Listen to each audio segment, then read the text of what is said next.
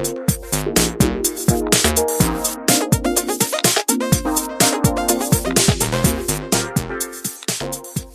everyone, welcome to Super Switch Heads, the premier Nintendo podcast in all of the internet. We have an exciting episode. We're going to talk about news. But before I get there, we should introduce each other. Yeah, what's up? Hey, my name is Matthew. My name is David. I'm Patrick.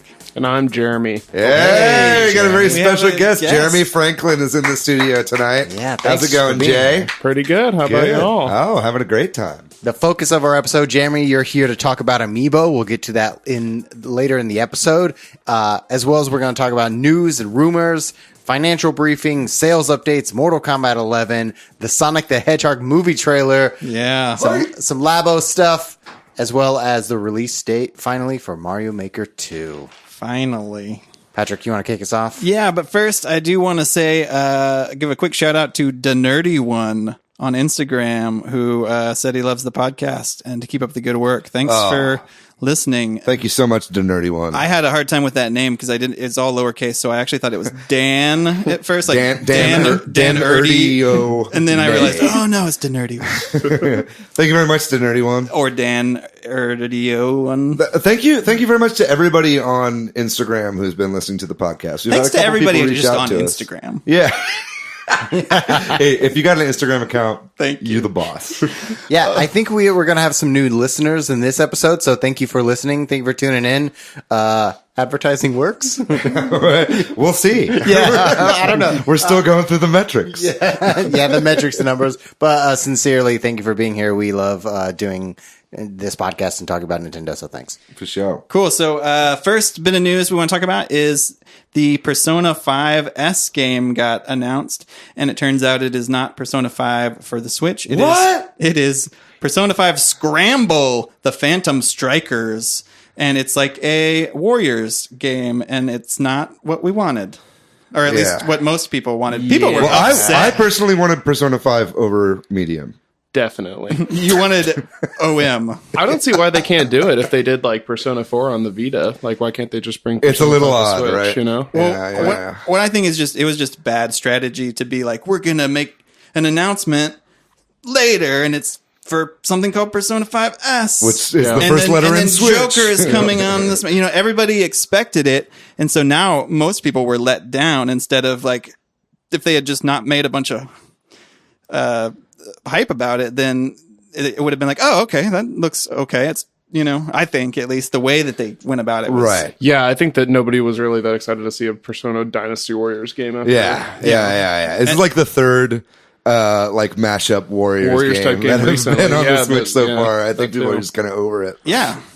Not what people wanted, but it's what we got. Yep. Oh, well. And if you're excited about it, good for you. Yeah, I mean, I know. Somebody out there I think probably Emily's is. probably excited about it. She loved Fire Emblem Warriors. Yeah, I mean, I'll still probably still play it, you know, because Yeah. it's Persona. I'm a pretty big Persona fan at this point after 5. You kind of get attached to the characters. So. Did you- so you I played- actually played the rhythm game, too, the Persona 5 So rhythm you game played on PS. Persona 5. I did, yeah. Right, so we've been talking about Persona 5 on this podcast for like 7 weeks now because there's been all these rumors. You're the first guest that we've had on that I think that has actually played Persona 5. It's a long ass game. Yeah. Yeah. It's like 120 hours to beat. It probably took me like 120. Holy shit. Yeah, for real. And they're only adding more to it at this point, I think, because they did announce a Persona Royal. 5 The Royal, but right. it's just not for Switch. So. Yeah. Yeah. Bummer. Oh, well. I was guess looking forward Sony to must have maybe some trying it exclusive out. Stuff about Yeah. it. Yeah, me too. I think I I would have would- played it again on Switch. I was going to try it out too, but now I'm not. I have a PS4, but I'm not going to do it. It Anyway, was just funny how big of a womp womp moment that was really for was. everyone in the Nintendo community. Like that's where you just need to learn to hype responsibly. You know what I Yeah. mean? Yeah. It's like kind of like this with the April Direct rumors that were going around. Like that never ended up happening too. So it's and surely us speculating about all this stuff probably doesn't help. But it's like you just got to know that any of this stuff could be dropped yeah, at a but moment's I time. blame Atlas for a lot of that. But Yeah. Sure. Well, they We'll drew move it on. out for a long time, too. Atlas is weird with advertising, and they always do announcements for announcements. Yeah. You know what I mean? And so it's like, this isn't new for Atlas. So, well, moving on because we should. Nintendo had its investors meeting, and they did a bunch of stuff came out from this. All the fiscal sales came out, and the Switch has now overtaken the Nintendo 64 lifetime sales. that's crazy. Crazy. Yeah. It's in around 2 years. It's around 34 million units sold. I'm pulling the exact number up. It's Sure. 34.74 million units of the Switch have been sold. And so I guess SNES is next. That's what we're looking to. What is the SNES at? Do you The have Super that on there? Nintendo was 49.1 million units. That'll be by the end of this year, maybe. If what they say they want, which is another thing, they said they want to sell 18 million Yeah, this that would pass this it. fiscal year, that would do it. If they actually meet that goal. I think they sold 16 or so this past fiscal year. The fact that they've been selling so many early in this year means that this holiday season is going to be insane. Yeah, especially with Pokemon and stuff coming out and all the God. yeah. And Animal They've got lined Crossing, up, yeah. Animal Crossing will sell Switches. I'm Town. Town is going to Town. You Town pitching is Town as a system seller, Matt, but it's not. You're the main just celebrator of Town on this podcast. I love it. I just don't know anything about it. Well, I'm jumping ahead here, but to the point y'all just made, the Media Create Sales update came out, and the Switches sold 8 million lifetime units in Japan alone. Yeah. Which is a lot, and it is about to outsell the PS4 lifetime units sold in crazy. Japan. And in the US, the NPD sales numbers came out, and the Switch is the top selling hardware in March in the US. Like you said, this year it's been selling really well despite no big games. So, but jumping back to the investor meeting, this was somebody did some analysis on the numbers they put out, and this looks to be Nintendo's best financial year since 2009. And one of the things driving that, of course, is Smash Ultimate. It is I think you just mentioned this before we started recording, David, is that it is suspected to be the highest selling fighting game ever. Of all time. And it's only been out for Is it already? 5 months. Yeah, it's already the okay, highest it is selling already. fighting game of all time. Which is insane I guess this isn't counting all the different iterations of Street Fighter 2. Oh, yeah. I Probably have to not, imagine because I think that if Right, you they broke combined all that those, up into a million games. Right. But just for only having been out for now, 5 months? Yeah, and it sold 13.81 million. Yeah, that's completely bonkers.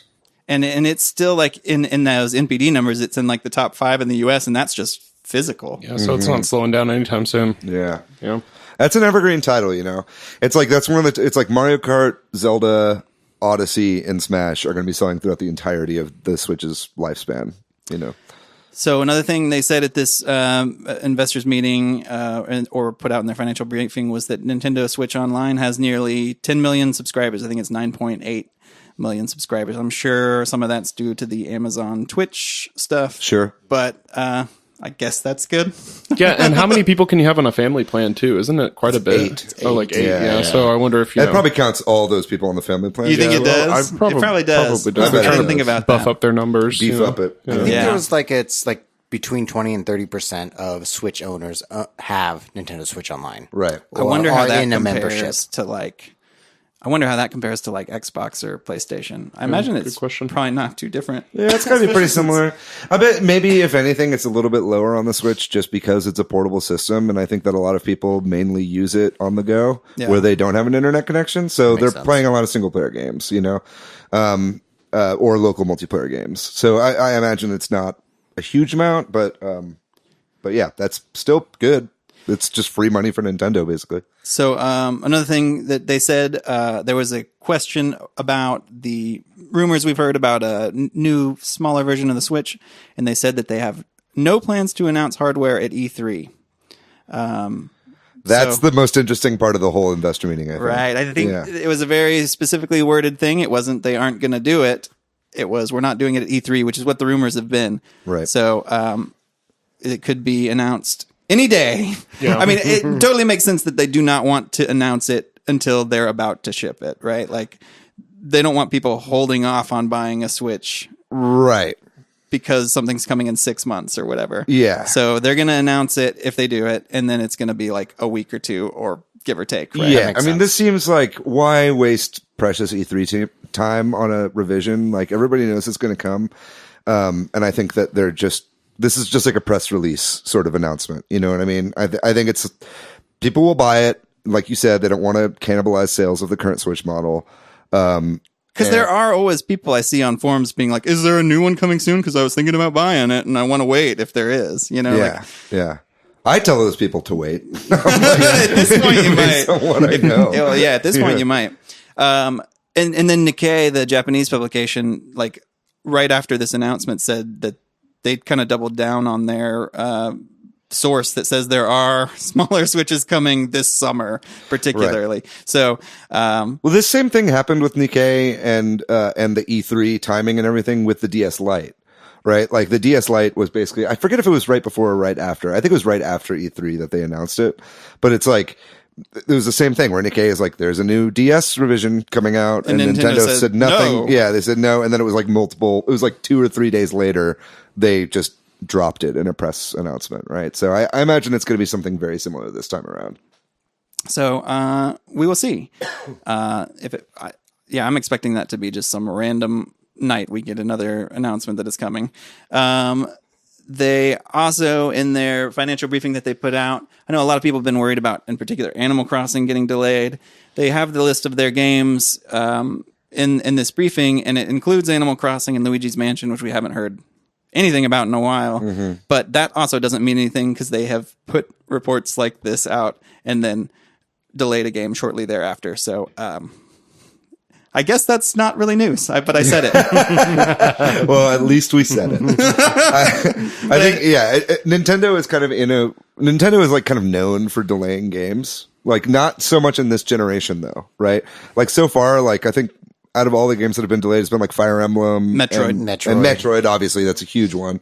But like other than that, they've actually been pretty good about kind of hitting those release marks that they've been talking about. But I do feel like there's a good chance one of those games gets delayed. They have so much in the later half of 2019. I think it'll be Animal Crossing. You think it'll be Animal Crossing? Yeah. People are going to be pissed. Yeah, if that's people true. will be. Yeah, I think I don't play Animal Crossing, but if I'm going to buy Pokemon, but I think it would be of interest to Nintendo to release Pokemon and then later in 2020 release Animal Crossing.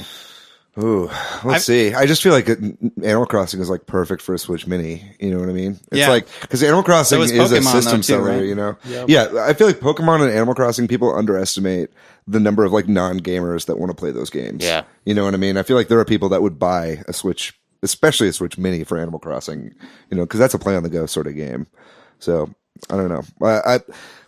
Yeah, we'll see. I hope it doesn't delay. I hope none of them get delayed for everybody's sake, but we'll see. Yeah, I wonder what else they could possibly have for the rest of this year too. Like besides that, Retro's game. That's what seems like also why it might be so stacked, and something's got to get. Yeah, maybe delayed. Retro's game is just done and sitting, waiting because they really have just been. And now they're working on Metroid too, right? Yep. Yeah. So. Yeah, and we'll get to that in a second. We got that on the list. Last thing here I want to say is they did not mention the 3DS at all at this briefing, and so the journalism website Kotaku reached out to them and they said that they have no plans for first party games for the 3DS, which again, we can't trust anything they say, but it is interesting that they said that. So maybe the 3DS is officially on its way out. I think there's like one or two third party games coming that are announced, and that's all that we know that is coming out for it. And I hope it is done. When's the last time any of you guys turned on your 3DS? I play it quite a bit for WarioWare and Detective Pikachu. Yeah. Still working through that. Kind of a slow burn, but... Well, are you going to finish the game before you? I'm trying to finish the game before the movie. Definitely, yeah. Don't spoil the movie for me when I go see it with you, because I want to see that movie with you. I'm totally down. But right, I would never. I would never. Let's buy some tickets after this. Well, speaking of Detective Pikachu, it's not the only video game movie in town. There was a movie trailer dropped for Sonic the Hedgehog. Did everybody have a chance to watch this? I did. Everyone in this room saw it. Yeah. Yes. Yeah. Fuck. Oh my god! It is it was a weird looking movie, man. It's a weird looking Sonic is my problem. I don't get why you would make a Sonic that almost looks like the Sonic we're used to, but not in some really disturbing ways. The proportions of he that looks Sonic. like a Pokemon from Detective Pikachu. Yeah. That's what he looks like. He doesn't look like Sonic at all. His eyes are way too small, and he's very thin. It's his proportions that are Where's really the problematic. Gloves? No gloves. He's just got like a fat blue hand. The other thing that really disturbs me about this CGI Sonic is his teeth. Like every like human freeze teeth. frame where he's opening his mouth, he it's has like human those teeth look wrong. If it's not just one strip of white across your whole mouth, then it's not anime teeth. And then there's also just the plot of that film that doesn't look terribly exciting. It looks like Jim Carrey is Dr. Robotnik. Right. Or He's so Dr. skinny. Eggman. and it looks like he's channeling old like 90s era Jim Carrey Yeah, like to Ace play this. Ventura. Like Yeah. it's as if he's playing The Mask or Ace Ventura as Doctor. Which honestly, that looks like it's like okay, Looks like the best part of the movie. Yeah, Which, definitely but it does, doesn't look yeah. great. But it looks like the best part of the. Well, movie. he's got a weird look throughout it, and they did that same thing that they did with the Tomb Raider trailer. Like whenever they had that movie that came out last year, like where it was like they would show it, and then it would show like at the very end of the trailer, it was like her in her classic video game look. You know what I mean? It's Yeah, like, oh, okay, that's going to be the last line of the movie when she pulls out the two guns and has the pigtails or whatever. And they it showed was- him They showed him looking with the like big mustache and the bald head, and it's and like, there's mushrooms around. It looks like a weird world. or yeah, whatever. it's like that. I feel Oh, like yeah. that's just going to be the I didn't last even line of the notice that. movie Wow. of Yeah. his transformation into that, like setting up for a sequel that's never going to happen. I hope there's think more this movie's gonna characters bomb. than just Sonic and Tails. And yeah, There's two things that I wanted. I wanted chili dogs in this trailer. So you don't know anything about Sonic the Hedgehog. There's a cartoon, Sonic the Hedgehog, and he ate chili dogs for some reason. Because they're good, Matt. I know. That's why I wanted Do you need a them. better reason? Yeah, yeah. And two, some friends and I were discussing whether Sonic has a catchphrase. gotta go fast. Well, I mean, gotta go Yeah, fast is gotta like go the meme. fast. Yeah, gotta the go meme fast. catchphrase. And they dropped it just yeah, like it was that. the first thing he said. Yeah. Yeah. They're ready.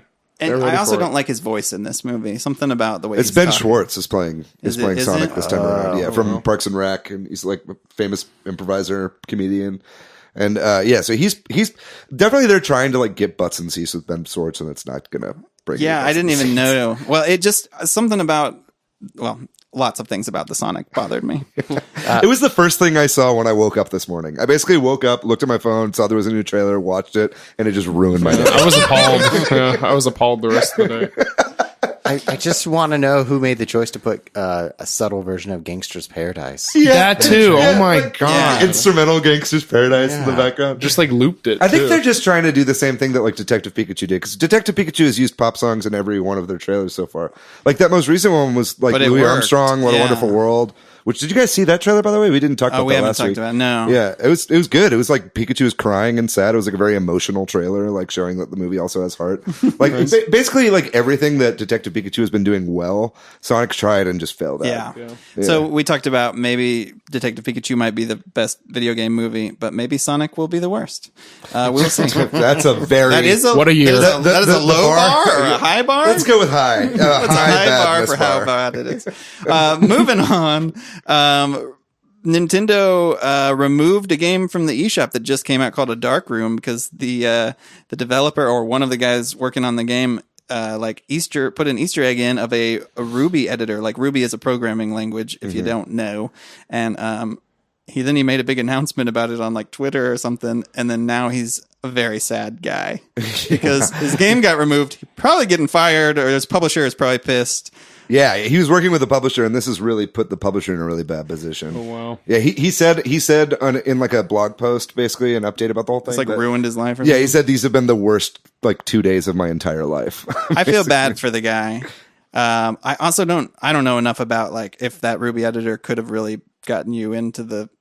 Well, maybe it could have. I don't know. Potentially. Yeah, Somebody knows. I what don't know they're how they doing. would have like distributed anything over it. Well, it's like it's basically having that in there. It's a big no-no because you're supposed to report stuff like that during your QA. They should have known. Yeah, you know or what I they mean. should Like have whenever told them. you're working on getting onto the eShop, like you're supposed to show all that stuff. And he knew about it, and he on purpose kept it back so that he could push it through, and then just immediately announced it. So it was basically just a really bad look for him with his working relationship with Nintendo. You know what I mean? But then the reason that Nintendo doesn't want that stuff on there is like, yeah, technically you should only be able to like build applications that you could then load through that game, right? But if you see any time that there's ever been any piracy on like any of the DS consoles, it's always because you're using an exploit with a specific game. So it's like eventually someone would have come up with a very easy exploit using that game that you could have then hacked your entire Switch through, you know? Well, it's just an interesting story. Very odd. Yeah. I saw that thread when he first was announcing it. I was kind of following it, and everybody was just like, "Dude, what are you doing?" Yeah, he definitely should have been more This quiet. seems like about a it. bad That's what he wanted to do. Yeah, It's very strange, but I mean, hopefully he still gets work in the gaming industry. Good luck to him. good luck. And lesson learned. And if you have a Wii, fuck, I just called the Switch the Wii. If you have, I am now my mother. But if you have a play your Switch that has a Nintendo dark games? room on it, hold on to it because that shit might be very expensive sometime in the future. Mortal Kombat 11 came out this past week, and there were a lot of people upset about, well, on the Switch version, I think the day one patch didn't come through on day one. So a lot of people were upset because, we didn't quite get parity with the other versions of Mortal Kombat 11. And then there's also a lot of people upset about the microtransactions, Right. the way you unlock skins and other weird collectible things in the game. The crypt looks like ass on Switch. Oh, that's too bad too. Yeah. But I guess that's what I don't know. That's bad stuff. I've been playing it on PC. Yeah. The mechanics are tight. It's a really fun game. Like the combos are really easy. Have you played the crypt stuff? at all? I have played the crypt. It's such a really cool concept because it allows you to explore Shang Tsung's island and see different parts. And there's like puzzle stuff, and you can find artifacts. And then you use 4 different kinds of currency to open chests. See, because they're all loot boxes. Right. And you use the loot boxes to unlock the skins or unlock fatalities or brutalities. I don't know such how like a weird. They're loot boxes, microtransaction. but you can't buy them though. That's like the weird Yeah. thing about them. You can't actually buy the currency that they give out, so they just dole it out really painfully. Well, slowly. there's some way that you can just buy some of the You can currency, buy right? like time crystals, which will buy you these skins in the shop, I think. Okay. But it's not all the fatalities and stuff, I'm pretty sure. Super confusing. And those even cycle out, so you can only get so many of the skins and stuff at a time that are actually in the store. Right. My With the understanding time is you crystals. can do those fatalities like anyway, but you won't have like a menu that shows you the inputs. Right. Oh, really? Yeah. It's yeah, not- I didn't know that. Yeah, Yeah, it's not like you That's- don't So have you the might- animations already. You could go to like a website where they've listed them all and printed out, but whatever. It Finally, I can use Wow. cheatcc.com again. finally Oh we my actually God. need to make notes for a game. So again. that just cheatcc.com, you just sent me down a nostalgic rabbit Yeah, hole. dude. man. I went there all the time. Yeah, You I kidding? I would print out like notebooks worth of cheats Oh, for the games. I Final have. Fantasy VII. You kidding me? Yeah, That's great. Wow. it's like so weird. It's like it's great. The story is fucking bonkers. Yep, story was And- incredible. Yeah, it's so fun, but like it's just whatever Warner Bros. Did to decide that this DLC in the crypt is just like I don't know. It just makes me so sad. Yeah, it's weird. They did an update on PS4 at least, so now we got a bunch of currency Yeah, on there. I I think think the PC and Switch are on the same update Yeah, cycle. they're gonna get that eventually. From what That I was read. nice, but it's still, I kind of just went through the crypt and spent like 45 minutes in there today and spent all the currency that they gave us. So they really need to kind of, right. they need to change the drop rates. And I think they said they're working on that, but Oh, there's one thing I was going to say is that the Switch version and maybe the PC version had a release date later than a worldwide release. It was like May 11th or something. But the Switch version released at the same time as like PS4 and Xbox One, but it was missing features like the tutorial. The tutorial's really good. It teaches you how to play well with combos. Right. But it As a wasn't- good tutorial should. Yeah, Yep. yeah, exactly. But it wasn't part of the Switch, or just the Switch version, I think. And it's in there now, but not at Right. release. So odd to patch in a tutorial. Yeah. Either way, though, like all the gripes aside, like I think that this is setting a really good precedent. That day and day release. Yeah, day and day release for Switch ports. I think that we're going to be seeing way more of that this year and next year, and I think that it's great. I mean, it's got to be kind of difficult for the developer because I know they're working with a port house for the Switch version, so they're kind of probably having to send versions back and forth constantly. Yeah. You know what I mean? And I'm probably sure- what staggered the releases and Yeah, stuff. too, I'd imagine so. But it's definitely a good trend, and I hope to see a lot more of that. All right, moving on real quickly for a couple things. Mario Kart Tour is accepting beta players for the Android version only. That's a mobile game that's coming out, so check that out if you want to be one. David, did you Yeah. Oh, yeah. I signed up. You signed up? Yeah, yeah. Did they send you anything yet? No, I think it's still open until like the 5th or so of May. Something in May, Yeah, so like early May. So it's like then I think it's kind of a lottery system. I think they're basically be drawing people out of a hat. So it's not like based on, because I signed up really early thinking that, if I sign up early enough, maybe it'll work. Chance. But so we'll see. I mean, I think the game's going to be coming out this summer still anyway. So it's not, if you don't make it, it's not a huge deal. But yeah, hopefully we make it. We can, check in with you finally guys. See what that is. Yeah. They haven't showed anything about it, right? We don't know much about it. Just the logo. It did say on there that you can't buy things in game in the beta, so we know for sure there is in game transactions. But oh well. Yeah. Well, they've said it's going to be free to play, so you can't just expect them to put out a free to play game with no microtransactions. I just want that BMW DLC. Yeah. Oh, dude, that better be in there. Starlink is getting some DLC on April 30th, which is today.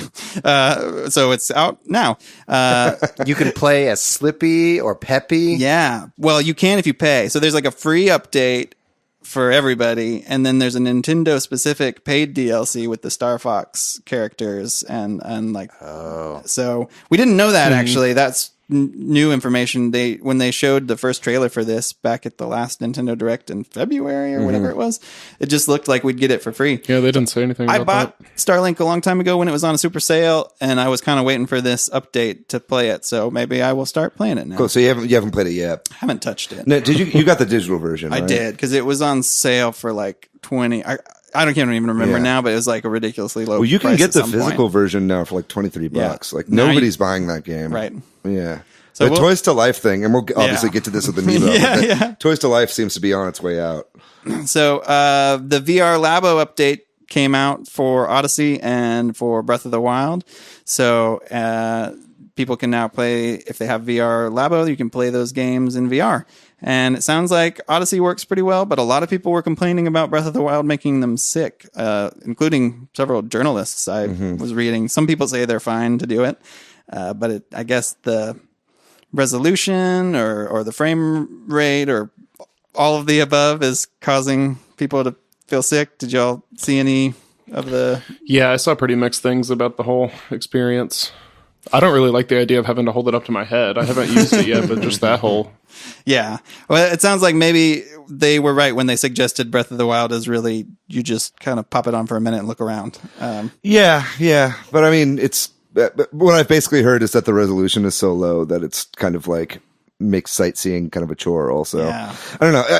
I think your results may vary as far as I understand. It's like, that's kind of the same with most of VR. It's like, I've talked to some people that have played like 10 hours in VR already. You know what I mean? Especially the people that have made their own head straps for it and kind of like, because you can play with the Pro controller and it uses the Switch's internal accelerometer to like look around. Yeah, you don't need the Joy-Cons attached, right? So it's like, so I know that there have been people that have been putting a lot of time into it. I think it just kind of, it's something you have to try out for yourself and see if it's for you. One interesting thing that came out too is there were updates for these games, and everybody's reporting that their loading times are super fast now.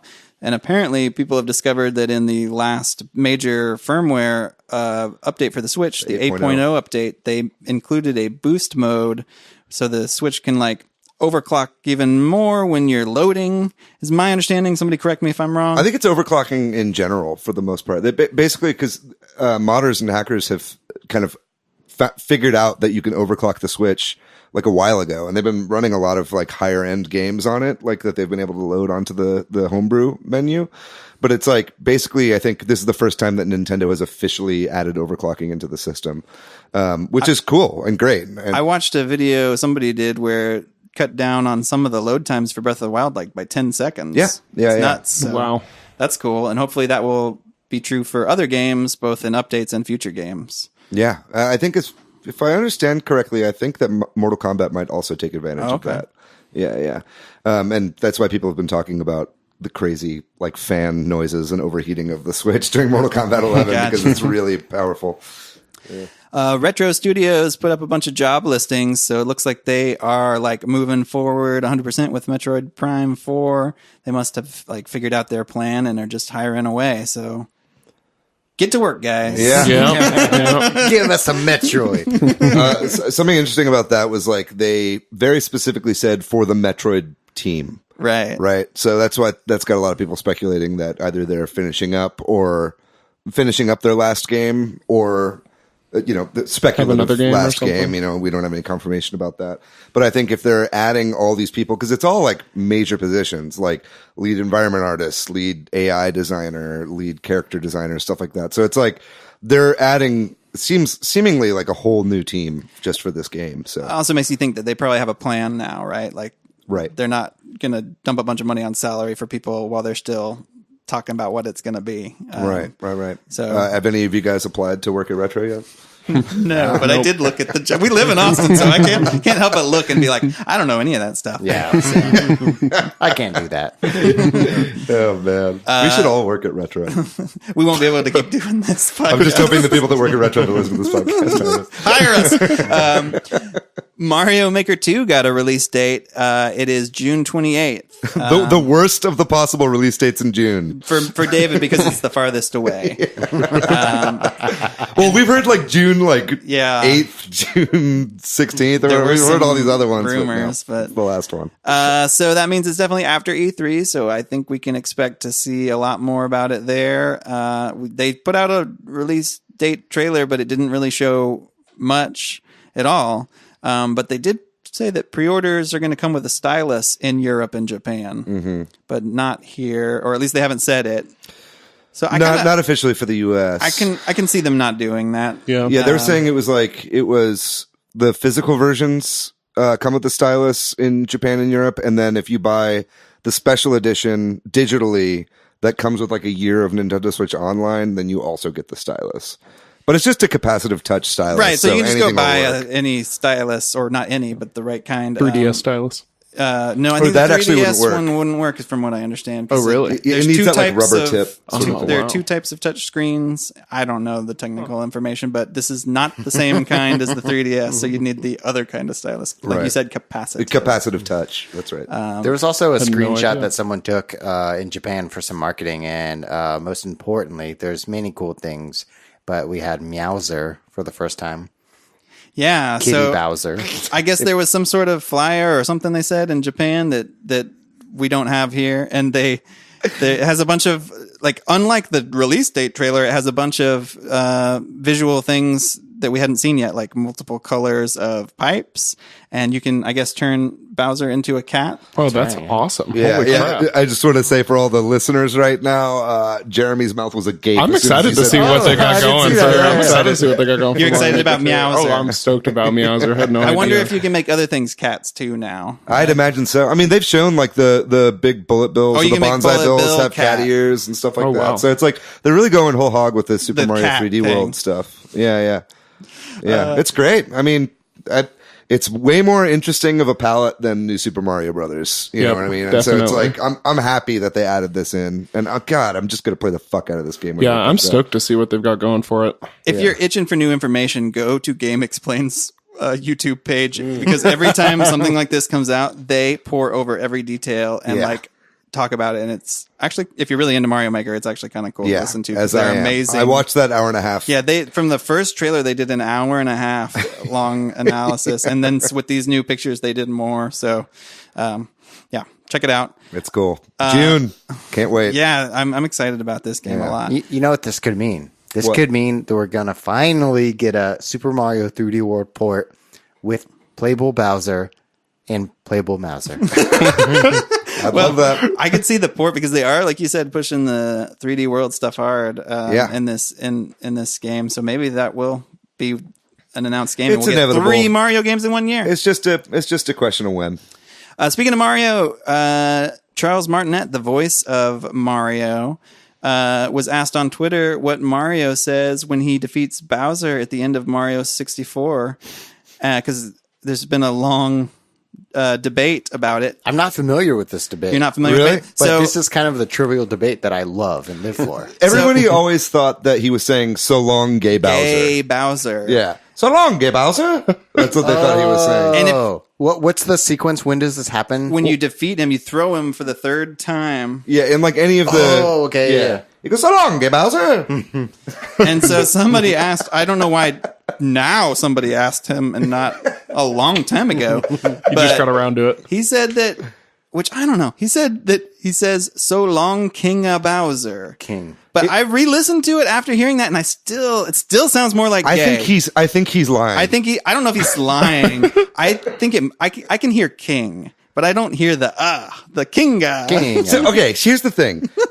Gay is one syllable. King is one syllable. Kinga is two. Yeah, and it's clearly one syllable. I do not hear kinga. If anything, there's just there's no way he actually said so long gay. No, he definitely didn't say gay. If that's the case, then why does Mario recognize Bowser's royalty? Well, I He's mean, the king of what? Listen, David, Mario, what is it? Mario is a lot of things. Respectful to the throne is one of those things. Okay, King Koopa. I guess King that's true. Koopa. Yeah, king of the Troopas. he understands a good. I don't know. Fuck it. I was going to make a joke. I don't know. Well, Good monarchy. Yeah. it didn't quite settle the debate, but I guess it does in some ways. He's spoken. Definitive, yeah. I mean, who knows if his memory from That's what I was 20 like. years Yeah, ago is correct. Kinga. Anyway, that's all the news and rumors for the week. We should get on to talking about our episode focus, which is Amiibos. So, y'all interject here, but I'm going to really just quickly talk about the sort of history of Amiibo as I understand it. Sure. And correct me or add in.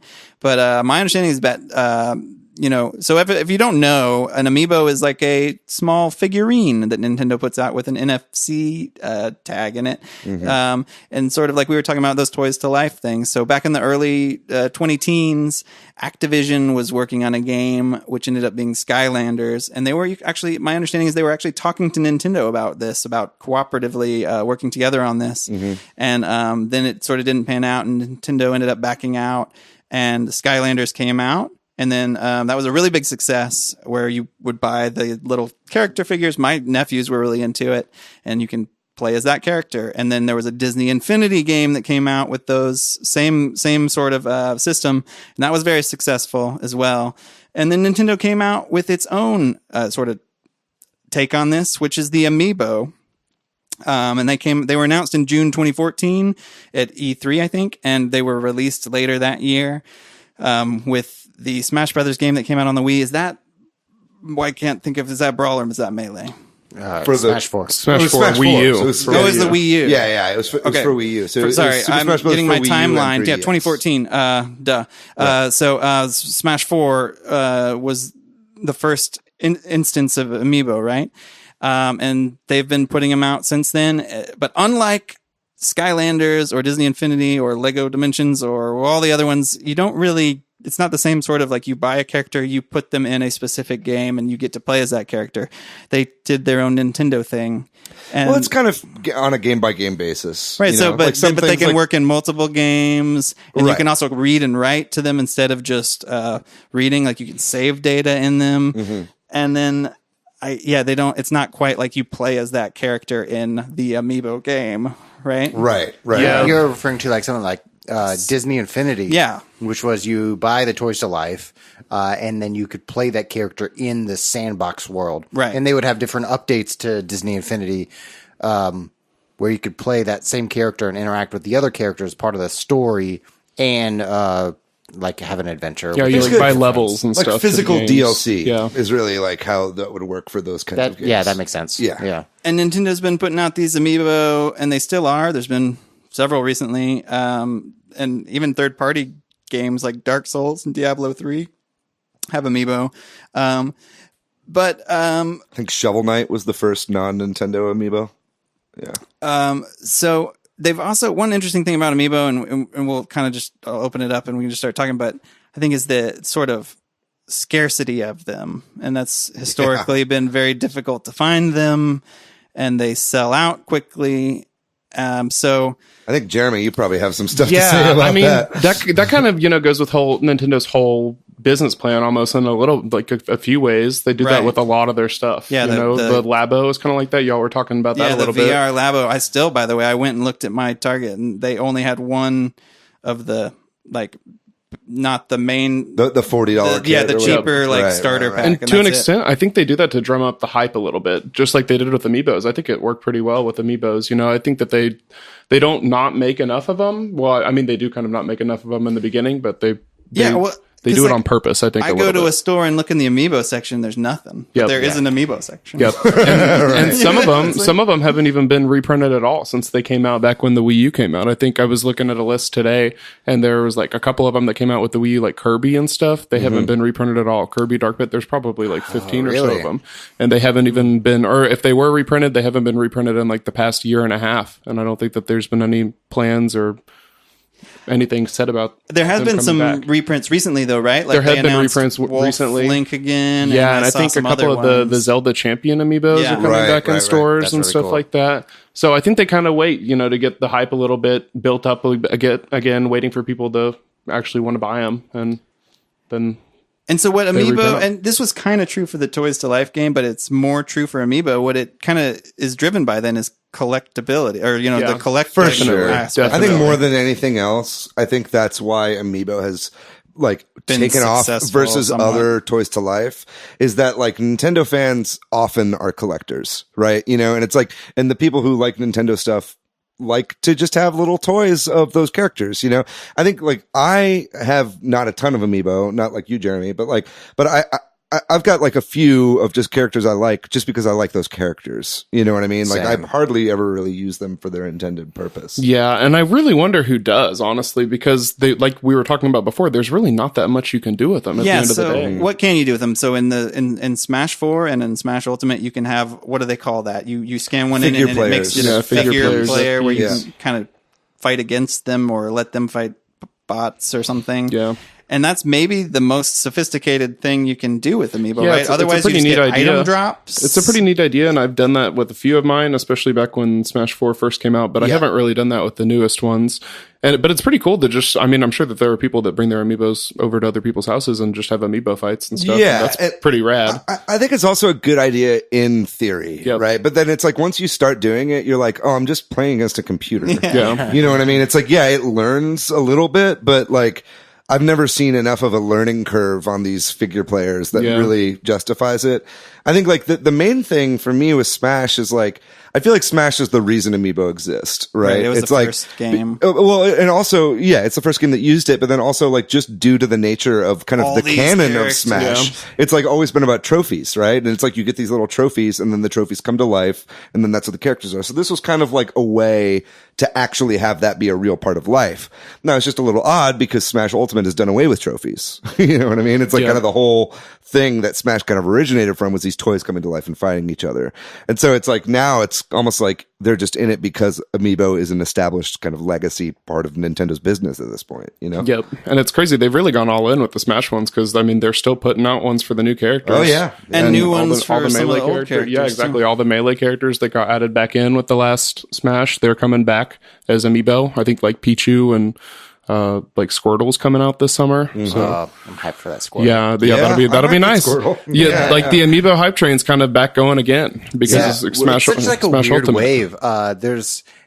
When I was thinking about Amiibo, there's two subreddits that I frequent. I frequent a lot of Reddit because it's incredible. But it's there's DBZ, which is Dragon Ball Z. It's people taking pictures of their toy collections, and then Amiibo, which is also people taking picture of their Amiibo collections. Lots of toys in boxes. I know exactly. And that's part of the fun is you're showing your collection to other people. Sure. Yeah. Yep. And the Amiibo subreddit also was really good back when Amiibo were really hard to find because they would do pre-orders and then they would immediately sell out. Yep. That would be a great place to go to be oh, Target has X number of Amiibos. And they're still doing that. They're still doing that with pre-orders and stuff like that for these newest waves. So it's been helpful. You would go to Reddit, get the SKU, go to Brick Seeker, and see if there's some available anywhere. Yeah.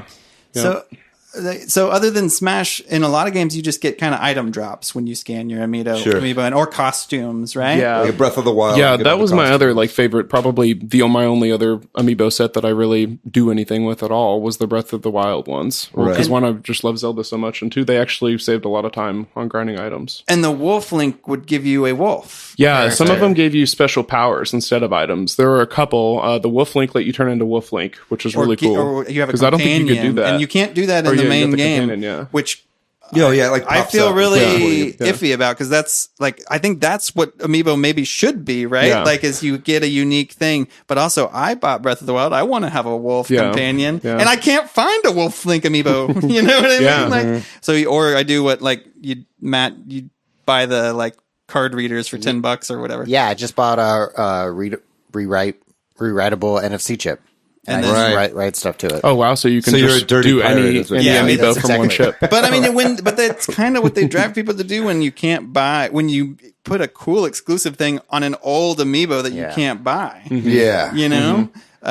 Yeah, right when Breath of the Wild came out, like all of the Breath of the Wild unique items, their subsequent Amiibo like skyrocketed. Their price went like way up. It doubled the price, and you couldn't find them anymore. And like some of them were out of print. Yeah, I, think kinda the wanted Wolf to Link buy one's that still Wolf Link one. still gone, probably, or hard to find. I wanted to buy that Wolf Link one because I wanted my wolf, but it was like anywhere I could find it online was like $50. Yeah, exactly. And it should be 15 or whatever. I remember Marths were like $50-$60 whenever they were scarce. crazy. Yeah, and some of the ones now are like that. Piranha Plant, I think, is like that now Wow, because already? you can't find it anywhere. I think when I looked on eBay for a Piranha Plant, it was like $45. It gives me major Beanie Baby flashbacks. Yeah. Yeah. Very much. Like it Very really much. does. Like the whole kind of just like artificial scarcity and stuff like that. And to Nintendo's credit, I feel like they have gotten better with that scarcity stuff over time, right? But it's like, but in the moment when you're like hunting for stuff, it's like, man, you really feel kind of taken for a ride. You know what I mean? Like, I think they still really do it, the Smash stuff, and especially their consoles and stuff too, that they still do a lot of limited releases on. They still kind of hold on to that a little bit. They do with the NES Classic, the Super Nintendo Classic. You couldn't find those. Exactly. Those are but great they've examples. done a lot better with that. Though. And It's like the they same came thing with back the out old with Smash amiibos, some of them at least, you know, like you would have never thought you could get like a Little Mac or a Marth amiibo that was going for $60 back when Smash 4 came out. Right. And now some of those are way more common than they ever were than, you know, at the time me and a lot of other people ever thought they would be. And which is why people paid that much money. Also, just on like eBay the at quality time. of the amiibo have gone up way over time. Like if you go back and look at that first wave of amiibo, like the detail is so much better now. The painting is done so much better. Like they've just kind of gotten a lot better. So at making that them has in general. happened, but the price of the amiibo has also gone up too. They were $13 back when Smash Wii U came out, and since the Switch has come out, they have all been $16 at least. Okay. For real? For real. Oh, I didn't even know I that. didn't Yes, even for notice that. real. Since they started the Zelda line and all the Smash Ultimate characters have been $16. Wow. Yeah, which I thought I was like, you know, that's pretty sly, Nintendo, but they can do it Well, it's because not like a because people huge are going. price hike. It's not a huge just price enough hike, and to make you people- not think about it. Exactly, and Just enough people to are just willing enough resent to go- Nintendo. Yeah, yeah. I think, David, what you're saying is like different to what Disney Infinity tried to be. Was those toys were nice, but they were all similar design. They had like really nice curves Right. for those characters, but each of the amiibo are like their unique design matched to that character in their game, in whatever game that might be. So, like a Twilight Princess Link is different from a Majora's Mask Link. Right. Yeah. And they're there's not all some- done in the same style. Right, yeah. Well, and they're just like really nice quality. Well, it's also funny too because I think that the like renders, because all the Smash ones from Smash 4 were based on the renders of the characters in the game, right? And so like it was funny, like you would find one with Link where he's got one leg up and he's kind of off to the side. Like the only way that they could keep him on the actual stand was to add this weird like yellow pole that kind of holds him up. That people call it the frozen pea pole. And it's funny that like they would have to do that before, but now that amiibos are already out, I've noticed that all the Smash Ultimate renders are like, they're all standing in a way to where they can like stand correctly Using on an amiibo amiibos. stand without using a like extra piece of plastic to hold them up. So stuff like that has already like changed the way that these games What are about being this? made. You have a Ice Climbers one. Yeah, amiibo. so that's one of the new ones that came out with Smash Ultimate because just a few months ago because Ice Climbers got added back. Yeah. So we're actually physically looking at this amiibo right now. Yeah, I'm brought a like couple- turning it in my hand. It's very pretty. Switch heads show and tell. And I do love amiibo. Like, I'm not gonna lie. I do. I think amiibo are cool. I do too. I wish that they weren't all as hard to get like right when they come out. I wish that they would, you know, at this point make a few more would be nice because it does seem like some of the most recent ones like Piranha Plant, King K. Rool, The ones that are even on, like, you can't even pre-order, or it's really hard to pre-order, like Pokemon Trainer and stuff that are coming out this summer. I would like that to be fixed a little bit. Sure. But I think that they've done quite a bit better job about stuff in general. So question. A, do you think they're going to do this? And B, do you think they should do this? Do an amiibo for every single Pokemon in existence. How many Pokemon are there? There's like 1,000. Okay. No, I don't think they're going to. But they like should. those would sell like fucking crazy. Those would seriously, like, Pokemon fans would snap that up. I'm very surprised that the original 150 aren't available. I think there might have been Pokemon NFC toys back with an old DS game. Maybe I'm wrong about that. Maybe, I'm not sure. I might be wrong about that. But if not, there were like little figurines that I sold, or that I think they, like GameStop and stuff would sell. I think like I'm also looking over here. You brought your Detective Pikachu amiibo here as well, which is like a giant amiibo. It's rodent size. It's actual rodent size. Oh man. Well, I would be curious to ask you guys what you think Nintendo should have done differently with Amiibo in the past. I mean, obviously we've talked about releasing more of them so that, you know, the scarcity issue is there, but do you think they could have done anything to better integrate them with any of the games, or is there anything looking back you feel like they should have done? I would have liked to see them do the Disney Infinity type route, where stuff, you know, it's at least with, maybe not with games right when they come out, but with DLC, like they had the Champion amiibo for Breath of the Wild, and that came out after, like, along the same time that the second DLC launched for Breath of the Wild. Mm-hmm. They should have launched that with the DLC bundled with it, even if it was a little bit more than just both of them. I would have liked to see that. I would have bought the package and then been able to play the DLC too. That's a really good point. Yeah. I think they should do more in the game. I think it shouldn't be limited to just like the amiibo, like you were saying. Maybe you buy it too on digital. Buy it digitally, or you can buy the amiibo and it comes with, you scan it in and it gives you the DLC or something. That'd be awesome. Yeah. I mean, I also feel like there should be an amiibo game. Yeah, that's exactly what I was just about to say. I think Arlo, the YouTuber Arlo, had a whole video on what he would do to fix amiibo, and what he was saying is like Disney Infinity was a game tied to these toys, and these are toys that are tied to like tons of different games. But if there was like a game where, like, if you scanned in the character, you have that character and you're playing in a sandbox, like, that would be awesome. And here's what I think they should do, and it could be super basic. Obviously, it would require a lot of work, but just a very simple sandbox style game where maybe you can't even do much, but you can scan in any amiibo and it will make, I mean, maybe this might be tricky with the third party characters, but like at least the first party characters, it just makes them pop in there and you can just run around with them or something, you know what I mean? Maybe you can't do anything too crazy. Amiibo Land or something. Yeah, exactly. Amiibo Land. There we go. Yeah. Should pitch it to Nintendo. It should be like a free game too. Like you just download it now on your Switch and it doesn't cost anything. The amiibo. But the only thing, so smart. The only thing you can do if you don't have the game is, or an amiibo is nothing really. Like maybe you can look at the menu, and then if you scan an amiibo, you can actually do something. Or bring in like a Mii or something like that. Yeah, or maybe there's some basic that would be a gameplay. perfect Nintendo Switch Online thing to throw in. Like if you have Nintendo Switch Online, you get it for free, and then just any amiibos you buy are like basically the price of the game. And actually, to something you just said, Jeremy, maybe the main game is just anybody can play it, but you get the skin of whatever amiibo you have, right? So like you just play as your Mii in some sort of stupid mini game, but if you want to play as Daisy, you scan in your Daisy amiibo. Yeah. Ooh, okay. Some of the amiibo stuff for Mario Kart 8 was kind of like that. Yeah. Were like skins or outfits. Yeah, not every amiibo, but a lot of them, definitely. Whenever I play, my only character I play as in Mario Kart 8 is my Mii dressed up as Captain Falcon. That's the only person I play as, and I always win. No, I'm just kidding. But no, I think that's an excellent idea. I think that would be kind of, I think, what would drive a lot of interest back into Amiibo, honestly. Because it is starting to wane a little bit. It's waning quite a bit. I wonder if it's even going to really, I wonder if when Smash dies, the Amiibo kind of die with it. Or not, Smash dies, but when the Smash DLC lineup runs out and when they're done with that, like, where do they really go? They've kind of slowed down on more, like, franchises getting Amiibo. They did Animal Crossing, and I think they did several Fire Emblem ones too, right? But since then, I don't think that they've really announced anything. They've done the Splatoon 2. Oh, yeah, Splatoon 2. And like I said, they did one for Dark Souls and one for Diablo 3. But I do kind of want to ask what y'all think about the future of Amiibo. Mm-hmm. And maybe that's it. Maybe there is no future. But they do those sort of like ones with, like they did one with Mega Man 11. Mm-hmm. So maybe the future is some sort of like every once in a while we make a new one to sell to collectors. Yeah. I don't think they're going away, but I think that coming now into the rhythm that we're going to be seeing Amiibo come out more now. Because before it was like, oh, Mario Party 10 is out, let's put out like 5 Amiibo for it. Oh, this game's coming out, let's put out 5 Amiibo for it. And I think it's going to be like every once in a while, just for like the really collectible stuff. Yeah, definitely. Yeah, a few months ago I saw that they were doing the more Shovel Knight Amiibos for the other like DLC characters. That's like right. Plague Knight and stuff, and Scepter Knight I think it is, and there's one more on there.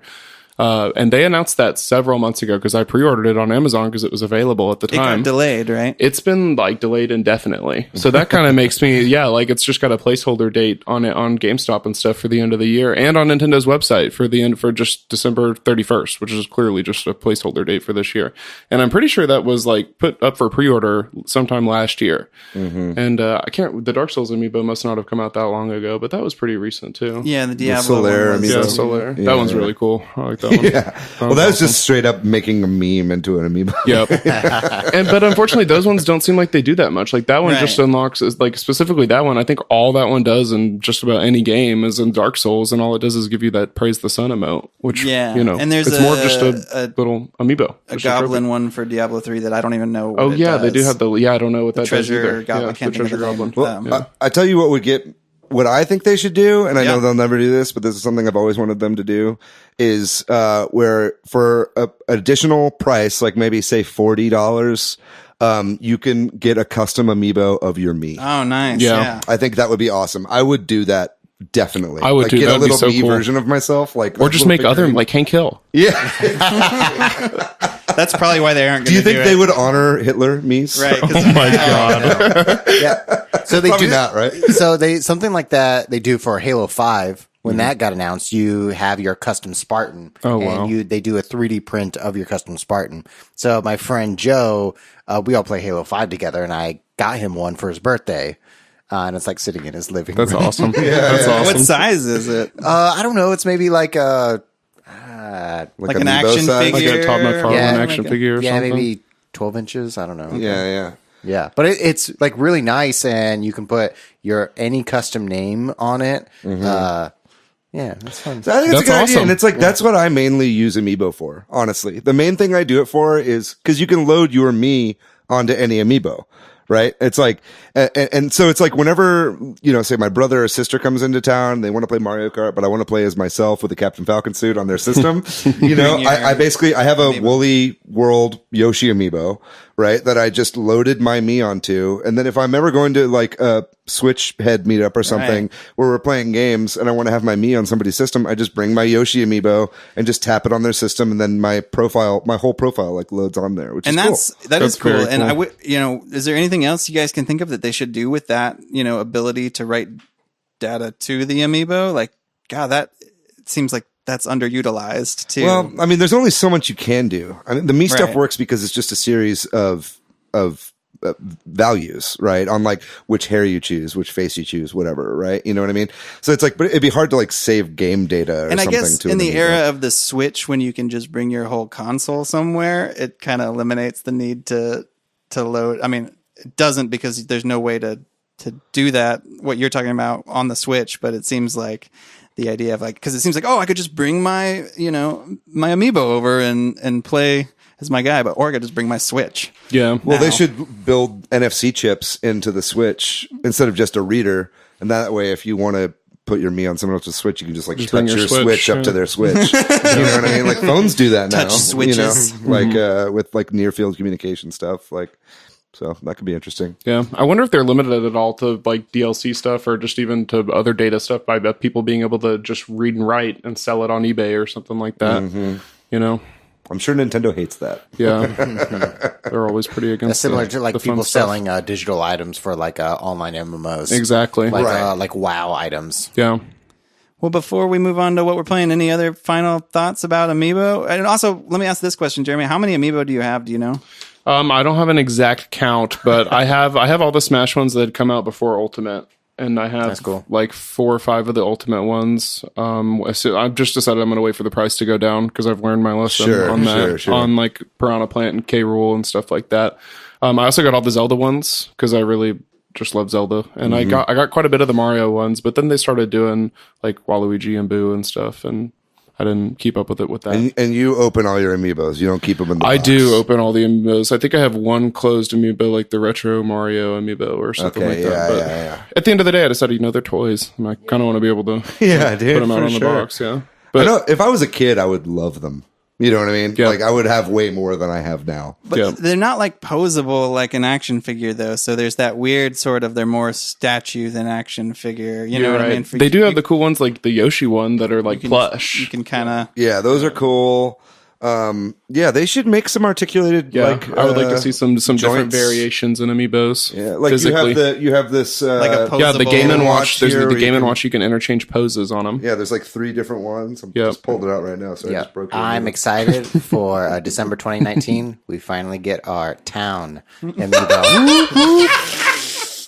I think that I want to be the one guy that has all the amiibo cards. That's what I want. That was the dumbest thing to me. The amiibo reminds me of the cards. e-reader for the Game Boy. Yeah, it was a lot like the e-reader. I mean, at least they're easier to get. But yeah. It's like, just make the amiibos. Just make more of them. Well, I'm looking forward to the new Animal Crossing game, which is a sequel to Amiibo Festival. I'm looking forward to them taking my idea of the amiibo game. And They really making a should. free amiibo They game. should. I think if anything, if Nintendo's listening to this podcast, which we know they are, just take our advice and make a free Amiibo game. Honestly, it's going to shoot the popularity of Amiibo way back up. Yep. You know what I mean? Because Smash isn't doing it. You know what I mean? Yeah, they should get something like that to catch people on again. Yeah. Especially all the new people with Switches that probably weren't on for the initial And hype hey, you know, for maybe Wii U. if people start getting back into Amiibos again, then maybe it'll bring back other Toys to Life stuff, and then maybe Starlink will get just a couple more sales. Dreams. Cool. Good talk. Good talk. Let's talk about what we've been playing this week. Jeremy, you're our guest. What video games have you been playing recently? So I just got the platinum trophy in Sekiro Shadows Die Twice on hell yeah. PS4. Wow, you platinumed that game? I platinumed that game. That Holy was quite shit. a big chunk of my life over the past few weeks. Yep. I'm surprised you aren't dead. I know. It was really tough. I was very proud of it, which is why I'm leading with that now. But yeah, I love that game. Thank you very much. It was a great game. I highly recommend it. It just takes a lot of patience and, just walking away from it sometimes. Yeah. Because it's tough. And then as soon as I finished that, I just hopped right back into Bloodborne. So I'm back in the Souls stuff. Yeah. Yeah, right. Really been making myself mad the past few weeks. I've been playing a lot of Mortal Kombat too, kind of just when I'm put down Sekiro. Really enjoyed it. Finished up the story. Thought the story was really, really good. I've been getting my ass kicked online, which is not. Who do you play as? I haven't really found a main. The best person I'm with is Scorpion right now, just because I know most combos with him more than anybody. But I've been trying to do more of the character tutorials and stuff like that to learn a few more people. That's about it. Nice. Yeah, I can go next. Yeah. I've also been playing Mortal Kombat 11. Man, the story is just like bonkers. The last Mortal Kombat game I played was Armageddon. Oh, wow. Where everyone dies. Yeah. And Yeah. like they build a whole new world. Now everybody's back. But like I am so impressed and surprised by the complex story that Mortal Kombat has. With I didn't know NetherRealm had. They've gotten really good at telling stories in video games. It's crazy. There's like 3 or 4 hours of cutscenes in this game. Oh, it's so long. Yeah. Same thing with Injustice 1, 2, and X, I think. I never played 9, but I played the last 3 games, and I've just been blown away every time by the story because, I mean, such cinematic quality to the it's cool. cutscenes and Yeah, stuff. that's great. If you guys don't know, if you're listening right now, don't know anything about the story, they do callbacks to Mortal Kombat in the 90s. So you have like a 90s Johnny Cage versus a current Johnny Cage. Right. And they bring back some of those classic designs and those classic catchphrases and one-liners and bullshit. And it's super fun and super weird. And the story is, it's just like, They even got the guy that goes, whoopsies. yeah. Noob Saibot? They got Noob exactly. Saibot, Yeah, yeah. that's him. So I have a question for you guys, because I was watching the trailers for this game, and like maybe I'm just getting old, but like the fatalities seemed like almost just like disgustingly like realistic and yeah. gruesome. And I don't know if I'm like how does those feel to you? Like, does it feel like over the top? Are you into it? Do you think it's like cool? Or do you think I it's love just kind of like, I love it. I think it's part of the reason I played Mortal Kombat for sure. yeah. Just seeing how gory they could possibly get. Yeah, it's just some of them are really funny too. They're kind of like slapstick, gory comedy, Right, which is right. Yeah, I'm kinda into silly. it. Do you not see my skateboard? I don't see your skate. You pointed to a skateboard. It's not It's not there. I'm kind of with David. I have a lot of nostalgia for Mortal Kombat 1 and 2. And so when this got announced and it's definitely coming to the Switch, I was like, "Ooh, I might get it." And I watched some of those fatalities. I'm like, I don't think I can play this. But I don't like horror movies. I don't like, you know what I mean? I'm not like going to throw up, but I don't like watching gory things. Sure. But some people do. And so that's obviously they wouldn't be making this if people didn't, but I'm kind of in the same boat. It is over the top. It is way over the top. Yeah, I mean, some of the shit I've seen is like just deplorable. Yeah. I mean, it was already that way in X, and now it's just they really even pushed the boundaries from the last game. Raiden that has they a did. fatality where he electrifies a person and their body lifts in the air and then all of their legs and arms detach from their body, but they're still connected by the electrical current. Right. And so there's blood everywhere and then that body just falls or like explodes. It's kind of cool to see that on a Nintendo platform. It's not sweat. Yeah, it's no longer sweat. Yeah. That'd be funny if it was. But then the fatalities Yeah, are all just still like there. gray, like a blob. Patrick, what about you? What have you been playing? I've been playing a lot of games. I've been playing a lot of games we've already talked about. I played a little bit of everything recently. I played some Mario Kart, some Smash, some Dig Dog, some Astro Duel, some Octopath. I've been all over the place. Tetris 99. Yeah. But the new games I've been playing that we haven't talked about, I picked up Sushi Striker. Oh, I really? got it for $17, a physical copy. What is So I was that like, game? at that price, I'm going to get it. Sorry? I don't know what that is. It's a Nintendo game that came out for the Switch and the 3DS And the at the 3DS, same yeah. time last year. And it was priced at $50, and it's a puzzle game. It's not steep. Tetris. That's but way it's- too much money it's for that like, game. It's like a, that style of game. I've only played it in handheld using the touch screen because I can't even imagine. I haven't even tried to do it with the sticks because you can, but you swipe. It's kind of almost like Fruit Ninja or something. You kind of swipe all the sushi that are the same plates. You try to Anyway. get like combos of sushi that you're then feeding to your opponent, It's right? really fucking weird. Yeah. It's got a full, it's anime got, like, storyline. An anime storyline that's really weird too, because like half of it's like you're watching an anime and half of it's just like characters with text bubbles. Right, And right. so, when a game mixes those things, I get a little bit weirded out. Yeah. But like, also it's, Octopath Traveler does that too. well, it's also like that it's so Japanese, and I also am pretty early on into it, but I'm like, I don't know what I'm doing. I'm I've lost a few times. I'm like, I don't know what I could have done better. Like, but That's how I feel about Overcooked. But- it's like every time I play the Yeah. game, I'm like, I don't know how I could Yeah, you possibly reminded me of improve how my game. when I played that game. Yeah, Overcooked like makes me question everything about how I communicate with another human.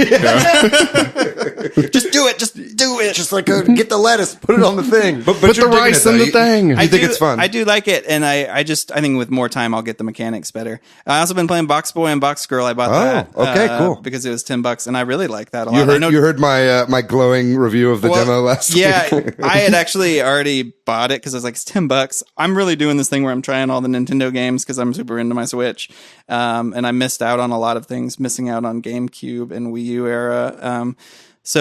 But I really like it. It's a great game to play while I'm like just do a quick level or like watching TV or something because it's very low stress, and I actually feel very satisfied when I beat it. But I know you didn't like it. But I mean, yeah, it just wasn't really for me. yeah, It's got co-op now, right? it Yeah, it's does. got Have y'all co-op. played that? Though I have not played it co-op, and I also don't think I want to. Oh, yeah. Because I don't think the challenges are designed for co-op. And I heard somebody else say this, that if you do play it co-op, it's kind of like you can just cheese every level. Yeah, you yeah. spoof it. Yeah. Because like you don't have to beat it the way it's designed to be beaten because you have another person to jump on top of you. And, Gotcha. you know what I mean? But for a kid, I mean, I don't think my kid will be that into it because it doesn't, it's so simple of a game. Yeah. But that might work. But I've been enjoying those games. Yeah, that's what I've been playing. How about you, David? Well, I've been doing a rewatch of Game of Thrones, so recently. So you haven't been playing? I haven't been playing that much. I have been playing, but only really one game this past week, which is Picross S3. That just came out, right? It just came out. I've been playing the shit out of it. I've played Picross S and Picross S2 on my Switch. Now I'm on Picross S3. It's just like basically since I bought it, I haven't turned it off. It's been the only game I've played, and it's been great for stuff like when I'm doing a rewatch of Game of Thrones. It's like if I ever just start to get antsy with my hands or something like that, it's like I just pull up Picross and start to play, and it doesn't take up quite. I've played a lot of these Picross games now, so it's like it's very like kind of just like muscle memory, like doing the thing, it's like if you get really good at Sudoku, right. You're not like sitting there poring over the Sudoku. You just kind of like eventually get into a pattern.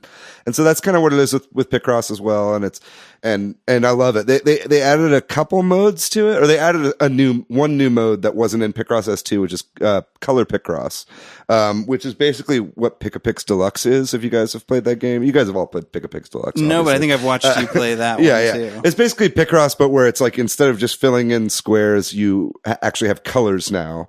And it's like, it kind of changes the rules just slightly enough to make it very different. And then it's nice in this one too, because then whenever you finish the color ones, like, because usually what happens with Picross is you finish the thing and then it fills in with color, and then you see the nice picture of a rake or a, like a television remote or whatever it is that is your prize for beating this puzzle. And in the color Picross, because you're already doing them in color, it animates them. So that's kind of cool. It makes a nice little animated pixel art thing. But yeah, it's great. It's a ton of fun. And I finally got my girlfriend into it. Yeah. And because I was a little worried about introducing Picross to her, because like I didn't want her to get like overwhelmed and then turned off of it or whatever. And there was like a moment where she was almost like, nah, I don't know if I want to. But then I was like, oh, just come on, we'll beat this level, it'll be fun. And now she's hooked. And it's like we'll beat a puzzle, and she'll be like, okay, just one more. Okay, all right, just one more. Yeah, you know what I mean? And it's great. And honestly, teaching people how to play Picross is one of the supreme joys of my life. Well, I think I don't understand it, so you'll have to teach me. I will, dude. You'll love it. Everyone who learns it loves it. And the S in the title stand for Switch, or is that just for sort of Switch. Persona? See, you should right. I know. No, it means Picross Scramble, and it is a Picross Warriors game. Just like squares, hordes of squares. I would play that. Yeah, I would totally play definitely Picross play that. Warriors. Which I think Picross Warriors is just Box Boy. I would play any puzzle game Warriors. Tetris Warriors. Would be Yoshi's Cookie Warriors. Yes, dude. Fucking Puyo Puyo Warriors. Puyo Warriors. What was the Pokemon? Puzzle League Warriors. Pokemon Puzzle League, right? Yeah, Pokemon Puzzle League. That's Dude, right. they should Dr. make Mario a Pokemon Warriors. Warriors. Dr. Mario game. Warriors. Oh, dude, the Pokemon Pokemon Warriors Warriors would be makes really sense. We've cool. kind of gotten off the rails here. But anyway, I really recommend picking up Picross S3. If you're looking for the ultimate Picross experience on the Switch right now, that's the one. It's like slightly more expensive than the other two. What are those priced at? So they're usually $8. This one, which added the color version, which isn't like a ton of puzzles. It's just kind of like a little bit of an extra thing they added. But now it's 10, with this color version added. Man, it's so fun. And I know it looks lame, you know what I mean? And just kind of silly. It's, it's very similar to Sudoku kind of logic puzzle, but man, it's really, really fun. And, I just can't talk enough about Picross. I love it. Well, I'm going to be starting a Picross podcast. All we talk about. Yeah. Awesome. Well, thanks, Jeremy, for coming on the show. Thanks for Yeah, having me it was a on, great time. guys. Did you have I a good appreciate time? it. I had a great time. That's good. That's great. Thanks to Corduroy for providing the music for our show. For sure. And thanks to everybody listening. Listen and share. Contact us through whatever means you desire. And if you want to find us individually online, most places I am PDYX. You can find me on Twitter, MATHYOU. On the internet, I am at Monolith Fiji. I am Poop Stump on PS4. Yeah. Oh, you don't play PS4 with Yeah. my boy. Add That's me. how you do it. Add me. That's Very a good. killer name. Thanks for hanging out on this episode and listening. Just means a lot. So Yeah, appreciate it. and follow us on social. Like obviously we're up on Spotify and iTunes and YouTube. But check us out. We've got our Instagram now, which is at Super Switchheads. Our Twitter is at Switchheads. Facebook is Super Switchheads. Come join our community. We'd love for you guys to leave us a message or ask us some questions. We love to answering questions on the show. And, you know, and come in next time when we'll be doing an Avengers Endgame breakdown. That's not true. Patrick is the only one out of us that has not seen it yet. And you're the one with the Doctor Strange shirt, which is making me upset. I have a lot of Marvel shirts, actually. Well, next week we'll have we won't record it, but we should talk about it. 'Cause, man, I saw that movie twice already. I loved it. I am dodging spoilers. Yeah. Okay, well, here's what happened. All right. Well, I think that's it, right? That's the end of the episode. Very good. Thanks, everybody, for listening so much. Keep doing what you do. Keep living the life. Keep dreaming. And we'll see you next week.